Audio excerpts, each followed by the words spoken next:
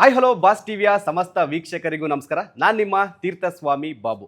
ಇದೇ ಮೇ 29ಕ್ಕೆ ಬಿಡುಗಡೆಗೆ ಸಿದ್ಧವಾಗಿರುವ ವಿಭಿನ್ನ ಕಥಾ ಹಂದರ ಹೊಂದಿರುವ ಮೃತ್ಯುದೇವತೆ ಚಿತ್ರತಂಡದ ಕಲಾವಿದರು ಸದ್ಯ ನಮ್ಮ ಜೊತೆ ಇದ್ದಾರೆ. ಅವ್ರನ್ನ ಸ್ವಾಗತ ಮಾಡೋಣ. ಮೊದಲನೇದಾಗಿ ದೇವರೇ, ಪವನ್ ಶೆಟ್ಟಿ ಅವರೇ, ವೆಲ್ಕಮ್. ನಮಸ್ತೆ. ನಮಸ್ತೆ ಸರ್. ನಮಸ್ತೆ. ಎಷ್ಟು ಖುಷಿಯಾಗಿದ್ದೀರಾ ಅಂದರೆ, ಒಂದು ಕಡೆ ನೀವು ಪಾತ್ರ ನಿರ್ವಹಿಸುವಂಥ ಸಿನಿಮಾ ಇದೇ ಮೇ 29ಕ್ಕೆ ರಿಲೀಸ್ಗೆ ಸಿದ್ಧವಾಗಿದೆ. ಎಷ್ಟು ಖುಷಿಯಾಗಿದ್ದೀರಾ? ತುಂಬ ಖುಷಿಯಾಗುತ್ತೆ ಸರ್. ಯಾಕಂತಂದರೆ ನಾವು ಆ್ಯಕ್ಟ್ ಮಾಡಿರೋ ಸಿನಿಮಾ ರಿಲೀಸ್ ಆಗ್ತಿದೆ ಅಂತಂದರೆ ಓಕೆ, ಎಲ್ಲ ಪ್ರತಿ ಆರ್ಟಿಸ್ಟ್ಗೂ ಕೂಡ ಖುಷಿ ಆಗುತ್ತಲ್ವಾ. ಇನ್ನೇನು 29th ರಿಲೀಸ್ ಆಗುತ್ತೆ. ನಾವು ಪಾತ್ರ ನಿರ್ವಹಿಸಿರ್ತೀವಿ, ಬಟ್ ಏನು ಅಂತಂದರೆ ಜನ ಬಂದು ಅವ್ರ ಒಪಿನಿಯನ್ಸ್ನ ಹೇಳಬೇಕು ಸರ್, ಮೇನ್ ಅದೇ. ಮೊದಲನೇದಾಗಿ ಅಂದರೆ ಈ ಸಿನಿಮಾದಲ್ಲಿ ನಿಮ್ಮ ಪಾತ್ರ ಏನಂತ ಹೇಳೋದಾದ್ರೆ? ನನ್ನ ಪಾತ್ರ ಬಂದು ಹುಣಸೆ ಅಂತ. ಟ್ರೈಲರಲ್ಲಿ ಫುಲ್ಲು ಕೋಪ, ಫುಲ್ಲು ಹ್ಯಾಂಗ್ರಿ ಥರ ತೋರಿಸೋರೆ, ಬಟ್ ಹಂಗೆಲ್ಲ ಇಲ್ಲ. ಓಕೆ, ಒಂದು ಸ್ವಲ್ಪ ಕಾಮಿಕಲ್ ಆಗಿದೆ ಕ್ಯಾರೆಕ್ಟ್ರು, ಚೆನ್ನಾಗಿದೆ. ಹುಣಸೆ ಅನ್ನೋ ಕ್ಯಾರೆಕ್ಟ್ರು ಸರ್ ಜನರಿಗೆ ಇಷ್ಟ ಆಗುತ್ತೆ. ಒಂದು ಮುಗ್ಧತೆ ಕ್ಯಾರೆಕ್ಟ್ರು, ಜನ ಇಷ್ಟಪಡ್ತಾರೆ ನೋಡಿದಾಗ ಸರ್. ಒಂದು 10 ಮಿನಿಟ್ಸ್ ಇವಾಗ ನೋಡಿದೆ ನಿಮ್ಮದು. ಅಂದರೆ ಸ್ವಲ್ಪ ಸಾಫ್ಟ್ ಬಾಯ್ ಥರ ಇದ್ದೀರಾ ನೀವು, ಹೆಂಗೆ ಅಲ್ಲಿ ನೆಗೆಟಿವ್ ವಿಲನ್ ಥರ ಇದ್ದೀರಾ ಅಂತ? ಇಲ್ಲ, ಬಟ್ ನಂದು ನೆಗೆಟಿವ್ ಬರಲ್ಲ, ಒಂದು ಕಾಮಿಕಲ್ ಆಗಿ ಬರುತ್ತೆ ಸರ್ ರೋಲು. ಓಕೆ, ಆದರೆ ಹೆಂಗೆ ಅಂತಂದರೆ ಅಲ್ಲಿ ಹೇಳೋ ಕೆಲಸ ಮಾಡಿಕೊಂಡು ಈ ಥರ ಇರೋ ಥರ ಕ್ಯಾರೆಕ್ಟ್ರು. ಒಂದು ಹಳ್ಳಿ ಹುಡುಗರು ಹೆಂಗಿರ್ತಾರೆ ಮುಗ್ಧತೆಯಿಂದ, ಚೆನ್ನಾಗಿ ಊಟ ಮಾಡ್ಕೊಂಡು ಗಟ್ಮುಟ್ಟಾಗಿ ಓಕೆ, ಸೌದೆಗಿದೆ ಹೊಡ್ಕೊಂಡು ಹೇಳಿದ ಕೆಲಸ ಎಲ್ಲ ಮಾಡ್ಕೊಂಡು ಈ ಥರ ಕ್ಯಾರೆಕ್ಟ್ರು ಬರುತ್ತೆ ಸರ್. ಚೆನ್ನಾಗಿದೆ. ಅದ್ರ ಜೊತೆಗೆ ಬೇರೆ ಆಕ್ಟಿವಿಟಿ ಎಲ್ಲ ಮಾಡಿರ್ತಾರೆ ಅವರು. ಎಲ್ಲ ಜೊತೆ ಆಕ್ಟಿವಿಟಿ activity ಹಣ್ಣಿಗೆ ತಂದ್ಕೊಡೋದು, ಸೈಡ್ಸ್ ಗೀಡ್ಸು, ಅದು ಇದು. ಅಂದರೆ ಆ್ಯಕ್ಚುಲಿ ಅಂದರೆ ಕಥೆಯಲ್ಲಿ ಒಂದು ಬೆಟ್ಟದ ಮೇಲೆ ಒಂದು ಗಾಂಜಾ ಬೆಳೆದಿರ್ತಾರೆ, ಒಂದು ಟ್ರೂಪ್ ಥರ. ಅದಕ್ಕೆ ಇವ್ರ ಕೈವಾಡನೇ ಇರುತ್ತೆ. ಓಕೆ, ಆ ರೀತಿ ಹೋಗುತ್ತೆ. ಅಂದರೆ ಎಲ್ಲ ಇಲ್ಲಿಗಲ್ ಆಕ್ಟಿವಿಟೀಸ್ ಅದನ್ನು ಮಾಡಿದ್ದಾರೆ. ಓಕೆ, ಇನ್ನು ದೇವ್ರು ನೀವು? ಆ್ಯಕ್ಚುಲಿ ಸರ್, ಈ ಸಿನಿಮಾದಲ್ಲಿ ನಾನು ಕೋಆರ್ಡಿನೇಟರ್ ವರ್ಕ್ ಮಾಡಿದ್ದೀನಿ. ನೀವು ಖುಷಿ ಅಂತ ಹೇಳಿದ್ರೆ, ಖುಷಿಗಿಂತ ನಮಗೆ ಜಾಸ್ತಿ ನೋವೇ ಆಗ್ಬಿಟ್ಟಿದೆ ಈಗ. ಯಾಕಂದ್ರೆ ಈಗ ಔಟ್ಪುಟ್ ಬೇಗ ಕೊಡಬೇಕಾಗತ್ತೆ ಈಗ. ಲೈಕ್ ಕ್ಯೂಬ್ಗೆ ಅಪ್ಲೋಡಿಂಗು ಅದು ಇದು ಅಂತ, ಲೈಕ್ ಖುಷಿ ವಿಚಾರಣೆ. ಯಾಕಂದರೆ ಈಗ ವರ್ಕ್ ಹತ್ರ ಬಂದ್ಬಿಡ್ತಲ್ಲ ಅನ್ನೋ ಇದು. ಆರ್ಟಿಸ್ಟ್ಗೆಲ್ಲ ಚೆನ್ನಾಗಿ ಗೈಡ್ ಮಾಡ್ತಿದ್ರು ಸರ್ ಕೂಡ. ನಾವು ಪರ್ಫಾರ್ಮ್ ಮಾಡ್ಬೇಕಾದ್ರೆ ನಮ್ಗೇನು ಭಯ ಆಗ್ತಿರ್ಲಿಲ್ಲ. ಸರ್ ಗೈಡ್ ಮಾಡೋರು ಯಾವ ಥರ ಮಾಡಬೇಕು ಅಂತ. ಏನೋ ಡೌಟ್ಸ್ ಇದ್ರು ಕೇಳ್ತಿದ್ವಿ. ಏನು ಬೈಸ್ಕೊಂಡಿಲ್ಲ, ಏನು ಚೆನ್ನಾಗಿ ಮಾಡಿದ್ವಿ ಅನ್ಕೊಂತೀವಿ. ಗೊತ್ತಿಲ್ಲ ಅಜ್ಜಿ ಹಿಂಗೆ ಅಂತ. ಅಂದರೆ ಮೃತ್ಯುದೇವತೆ ಟೀಸರ್ ಟ್ರೇಲರ್ ಇದು ನೋಡೋದಾದ್ರೆ ಒಂದು ಅನಿಸುತ್ತೆ. ಅಂದರೆ ಇವಾಗ ಪ್ರೇಕ್ಷಕರಾಗಿ ನಾವು ಹೇಳೋದಾದರೆ, ಇವಾಗ ಕೆಲವ್ರು ಹೇಳ್ತಾ ಇದ್ರು ಕನ್ನಡ ಚಿತ್ರರಂಗದಲ್ಲಿ ಕತೆ ಅಂದರೆ ದೊಡ್ಡ ದೊಡ್ಡ ಸ್ಟಾರ್ ಹೀರೋಗಳು ಒಂದು ಕಡೆ ಆದರೆ, ಹೊಸಬ್ರಿಗೂ ಕಲೆ ಇರತಕ್ಕಂಥ ಹೊಸಬ್ರು ಕೂಡ ಒಳ್ಳೆ ಕತೆ ಇರತಕ್ಕಂಥ ಸಿನಿಮಾದಲ್ಲಿ ಮಾಡ್ತಾರೆ. ಅದರಲ್ಲೂ ಕೂಡ ಈ ಮಲಯಾಳಂ ಜಾನರ್ ಅದರದ್ದೇ ಒಂದು ಸಪ್ರೇಟ್ ಜಾನರ್ ಇರುತ್ತೆ. ಈ ಥರ ಸಿನಿಮಾಗಳು ಕನ್ನಡದಲ್ಲಿ ಬರಬೇಕು ಅಂತ ಇತ್ತು. ನಂಗೆ ಅನಿಸುತ್ತೆ ಅಂದರೆ ಈ ಟ್ರೇಲರ್ ನೋಡಿದ್ರೆ ಆ ಥರ ಜಾನರು ಒಂದು ಭಿನ್ನ ಕತೆ ಎಲ್ಲ, ಅದರಲ್ಲೂ ಕೂಡ ಮಹಿಳೆ ಅನ್ನೋ ಒಂದು ಮುಖ್ಯವಾಗಿ ಇಟ್ಕೊಂಡು ಮಾಡ್ತಾ ಇದ್ದಾರೆ. ಅದೇ ಥರ ಜಾನರ್ ಇದೆ. ಕನ್ನಡ ಪ್ರೇಕ್ಷಕರು ಈ ಚಿತ್ರವನ್ನು ಯಾವ ಥರ ಸ್ವೀಕಾರ ಮಾಡ್ತಾರೆ ಅಂತ? ಸರ್ ಏನು ಅಂತಂದರೆ, ಇವಾಗ ಫಿಮೇಲ್ ಓರಿಯೆಂಟೆಡ್ ಕಂಟೆಂಟ್ ಮೂವೀಸ್ ಬಂದರೆ ಜನರು ಕೂಡ ಯೂಸ್ ಆಗುತ್ತೆ. ಯಾಕಂತಂದರೆ ಅವರು ಕೂಡ ಇನ್ನೂ ಸ್ವಲ್ಪ ಎಚ್ಚರಿಸ್ಕೊತಾರೆ. ಎಲ್ಲರೂ ಬುದ್ಧಿವಂತರೆ, ಬಟ್ ಈ ಥರ ಸಿನಿಮಾಗಳು ಬಂದಾಗ ಅವ್ರಿಗೂ ಸ್ವಲ್ಪ ಯೂಸ್ ಆಗುತ್ತೆ. ನಮ್ಮ ಸಿನಿಮಾದಲ್ಲಿ ಏನು ಅಂದರೆ, ಇವಾಗ ಹೆಣ್ಣು ಯಾವ ಥರ ಎಲ್ಲ ಮೋಸ ಆಗ್ತಾಳೆ, ಅದರಿಂದ ಹೆಂಗೆ ಮೆಟ್ಟು ನಿಲ್ತಾಳೆ, ಈ ಥರ ಕಂಟೆಂಟ್ ಇದೆ. ಅವ್ರು ಬಂದಾಗ ಒಂದು ಇನ್ಫಾರ್ಮೇಷನ್ ಸಿಗುತ್ತೆ ಸರ್, ಅದು ಹೇಳೋಕ್ಕೆ ಇಷ್ಟಪಡ್ತೀನಿ. ಓಕೆ, ನಿಮ್ಮ ಕ್ಯಾರೆಕ್ಟರ್ ಅದರಲ್ಲಿ ಸಪೋರ್ಟಿವ್ ಆಗಿರುತ್ತಾ ಅಥವಾ ಆಪೋಸಿಟ್ ಇರುತ್ತಾ ಅಂತ?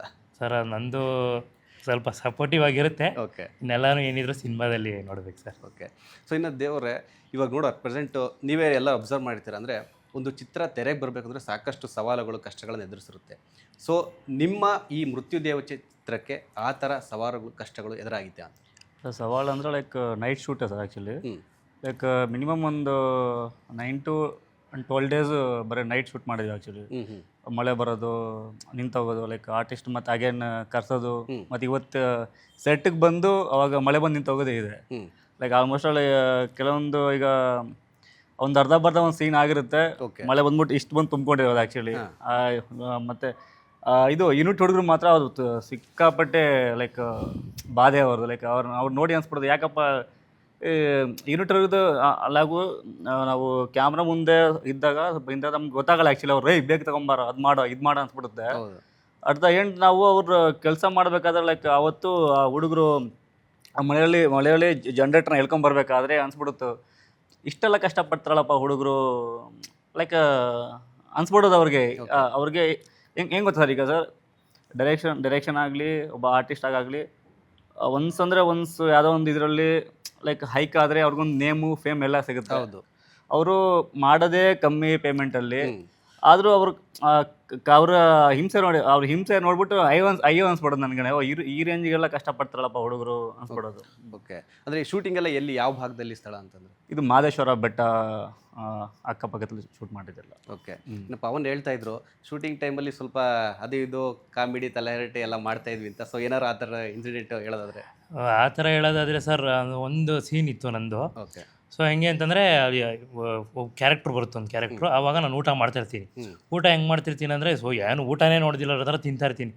ಅದು ಶಾರ್ಟ್ಸ್ ತುಂಬ ಇತ್ತಲ್ಲ, ಸೊ ಒಂದು 1 hour 1 hour ಅನ್ಕೊಳ್ಳಿ. ಸೊ 1 hour ಹಂಗೆ ತಿಂದೀನಿ. ಎಲ್ಲ ಊರವರೆಲ್ಲ ನೋಡ್ತಾನೆ, ಅವ್ರು ಏನಪ್ಪ ಹಿಂಗೆ ತಿಂತಾವ ನೀನು ಅಂತ. ಸೊ ಬಟ್ ನಾನು ಎಂಜಾಯ್ ಮಾಡ್ಕೊಂಡು ತಿಂದೆ, ಕ್ಯಾರೆಕ್ಟರ್ ಎಂಜಾಯ್ ಮಾಡ್ಕೊಂಡು ಮಾಡಿದೆ. ಸೊ ಇದೊಂದು ಸಿಚುವೇಶನ್ ಅಂತ ಹೇಳ್ಬೋದು. ಸೊ ಅಂದರೆ ಆ ಥರ ಇಲ್ಲ, ಅಂದರೆ ರಿಯಲ್ ಲೈಫಲ್ಲಿ ಹಂಗೆಲ್ಲ ಇಲ್ಲ ಸರ್. ನಮ್ಗೆ ಎಷ್ಟು ಬೇಕೋ ಅಷ್ಟು ತಿಂತೀನಿ, ನೋಡೋಕೆ ಮಾತ್ರ ಹಿಂಗಿದ್ದೀನಿ. ಬಟ್ ಸ್ವಲ್ಪನೇ ತಿನ್ನೋದು. ಸೊ ಓಕೆ, ಒಂದು ಇನ್ನು ಈ ಸಿನಿಮಾಗೆ ಅವಕಾಶ ಯಾವ ಥರ ಬಂತು ಅಂದರೆ ನಿಮ್ಮ ಹಿನ್ನೆಲೆ ಹೇಳೋದಾದ್ರೆ? ಸರ್ ನಾನು 2019-20 ಸೊ ಇಲ್ಲಿಂದ ಶುರು ಮಾಡಿದ್ದು. ಓಕೆ. ಪಯಣ ಅನ್ನೋ ನಾಟಕ ತಂಡ ಇದೆ. ಸೊ ಅಲ್ಲಿ ವರ್ಕ್ಶಾಪ್ಸು, ಆ್ಯಕ್ಟಿಂಗ್ ವರ್ಕ್ಶಾಪ್ಸು, ಅಲ್ಲಿ ನಾಟಕಗಳು ಮಾಡ್ತಿದ್ದೆ. ಸೊ ಹಂಗಿಂದನೇ ಯೂಟ್ಯೂಬ್ ವೀಡಿಯೋಸು, ಕಂಟೆಂಟ್ ಬೇರೆಯವ್ರದ್ರಲ್ಲಿ ಆ್ಯಕ್ಟ್ ಮಾಡೋದು, ಯೂಟ್ಯೂಬ್ಸ್ ವೀಡಿಯೋಸು, ಮತ್ತು ಜೂನಿಯರ್ ಆರ್ಟಿಸ್ಟಾಗಿ ಶುರು ಮಾಡಿದೆ. ಸಿನಿಮಾಗಳಲ್ಲಿ ಜೂನಿಯರ್ ಆಗಿ ಮಾಡ್ತಿದ್ದೆ. ಸೊ ಜೇಮ್ಸ್ ಸಿನಿಮಾ ಆಗ್ಬೋದು, ಕ್ರಾಂತಿ ಸಿನಿಮಾ ಆಗ್ಬೋದು, ಆಮೇಲೆ ಹೆಡ್ ಬುಷ್ ಸಿನಿಮಾ, ಈ ಸಿನಿಮಾಗಳಲ್ಲಿ ಜೂನಿಯರ್ ಆರ್ಟಿಸ್ಟ್ ಆಗಿ ಮಾಡಿದ್ದೆ.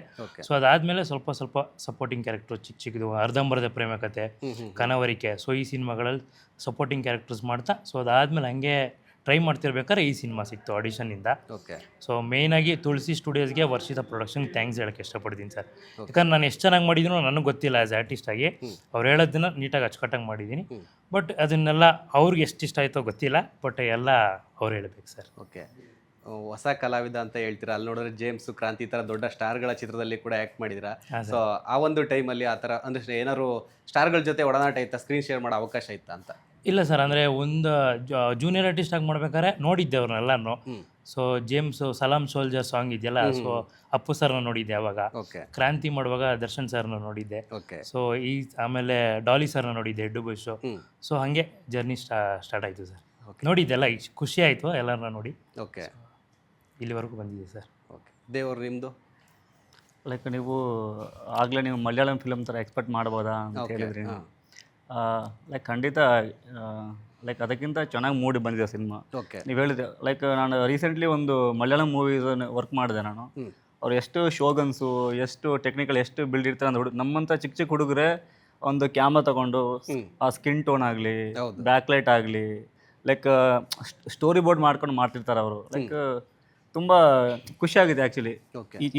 ಇಚ್ಚಿದಿಂದಲ್ಲ, ನಮ್ಮ ಕನ್ನಡದಲ್ಲಿ ಅವಾಗಿಂದ ಮಾಡ್ತಾನೆ ಇದ್ದಾರೆ. ಈಗಲೂ ಲೈಕ್ ನಮ್ಮ ಮೂವೀಸೇ ಆಗಲಿಕ್ಕಿಲ್ಲ, ನಮ್ಮ ಮೂವಿಲೇ ಆಗಲಿ ಲೈಕ್ ನಾವು ಅಬ್ಸರ್ವ್ ಮಾಡ್ತಾ ಇರ್ತೀವಿ.